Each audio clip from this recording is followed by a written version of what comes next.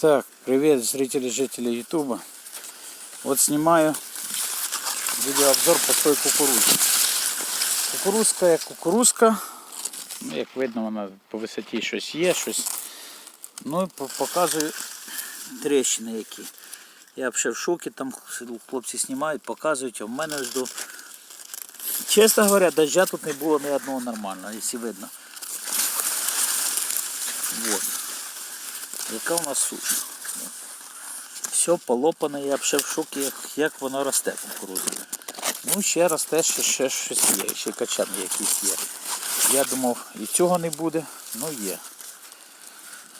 Ну таке. Де лучше, де хуже, коротше, буде видно. Це вирішив проїхати подивитися та заодно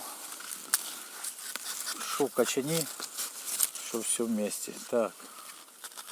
Ну таке. Чуть далі.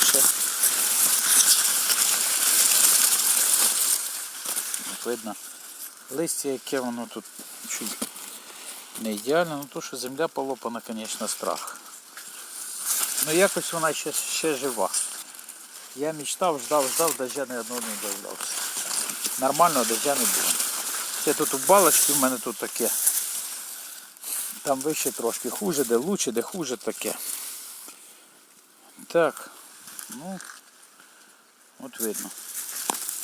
От корінь, ось і корінь, ну, все перелопане, все, якщо видно. Вся земля, все в тріщинах.